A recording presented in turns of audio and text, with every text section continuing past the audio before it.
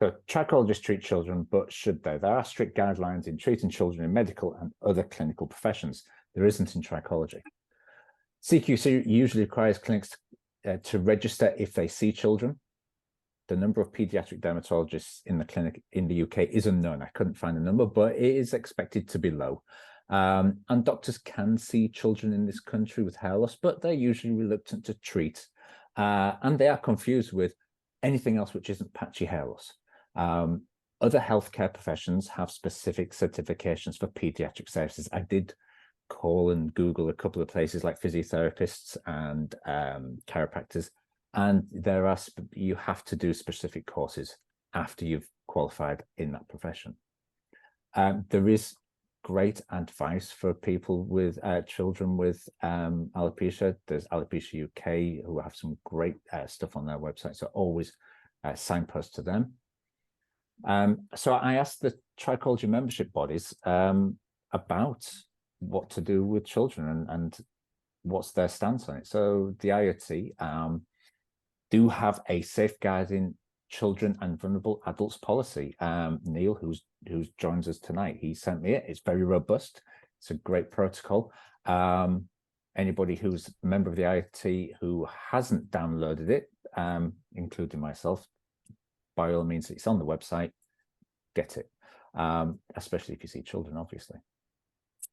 Are there any specific training modules? So these are the questions that I've asked. Are there any specific training modules on pediatric trichology in the current IoT training? And he replied, we don't have a standalone units present, but we cover treating children, both within clinical training and information contained within multiple units. This has sparked conversation in the education team recently due to an increase in the number of children requiring appointments. We do plan to further develop more written material. What does the Institute of Trichology consider a child?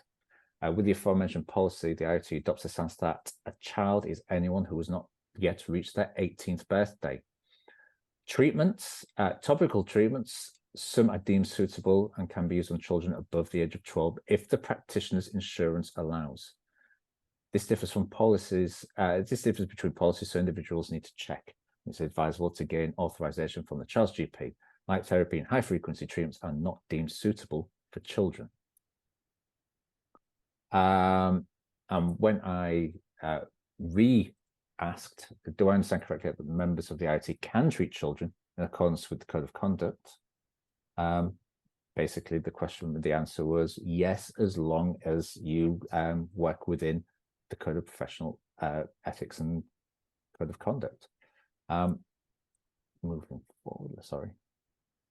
So the WTS have 2 chapters or modules that tackle the most common pediatric issues that trichologists are likely to see, such as trichotillomania, short Hannigan syndrome, loose Hannigan syndrome.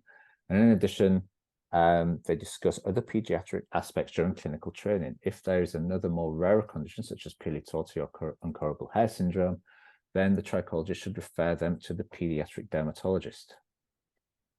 They also discussed during clinical training that if consulting or treating a child, to make sure the parent or guardian is accompanying them. The main issue for trichologists in treating under 18s in the USA is insurance. And regarding treatment, most laser companies specify that it is for over 18s.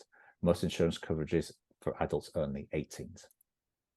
The IAT, are there any set protocols for safeguarding children? Code of ethics covers patients of all ages. Children's are always one with both parents at the consultation.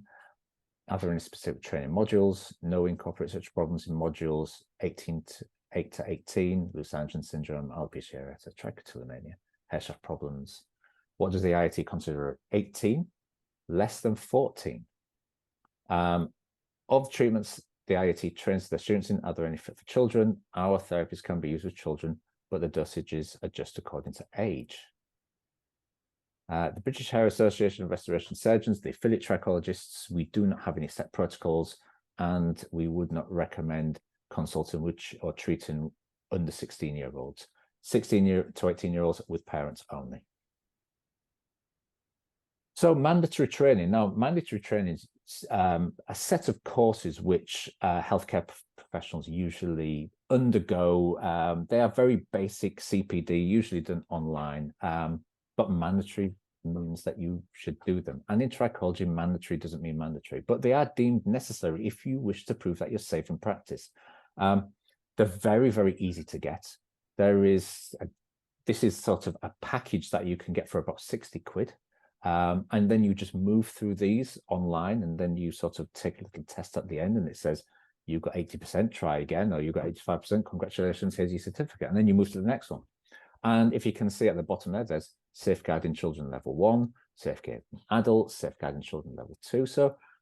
And they give you information which isn't really clinical relevant, as in treating a child, but it gives you the background of the laws and the things that you need to be aware of. Very helpful. I asked my insurance regarding can I treat children?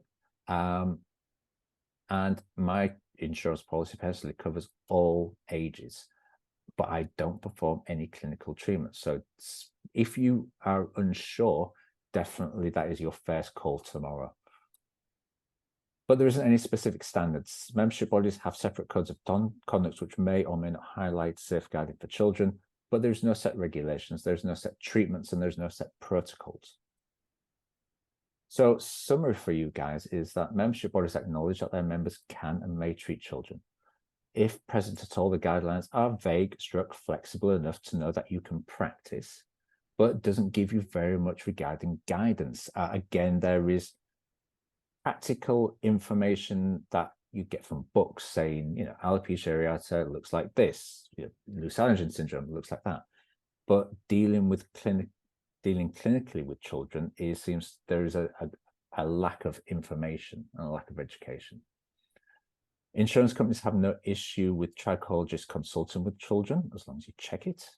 There is no mandatory requirements. There's no specialist education courses for pediatric children, how to deal with child patients. Practices psychological aspects, treatmenting and dosing is up to the individual to determine if they are skilled enough to consult with children. Personally, I don't see children. I'm not comfortable with it. How to manage a child patient. Treatment regimes are different from those from adults, but tests are difficult to perform. Medication dosages are different and dangerous if you don't know what you're talking about. Holistic treatments may be simply ineffectual and potentially deemed immoral, as many therapies have no scientific backing to be performed in children. If worst comes to the worst, an angry patient took us to court. Are we protected? Big shrug of the shoulders. So here's the discussion points. All membership codes of conduct encompass seeing children. There is no specific training or therapies, advice on how to handle patients, and does this leave the trichologist in a vulnerable position? Is a child less than 14, less than 16, or over 18? Should there be such a thing as a pediatric trichologist and a trichologist with specialist training in children who have received specialist education required before working with children? If so, what would this look like?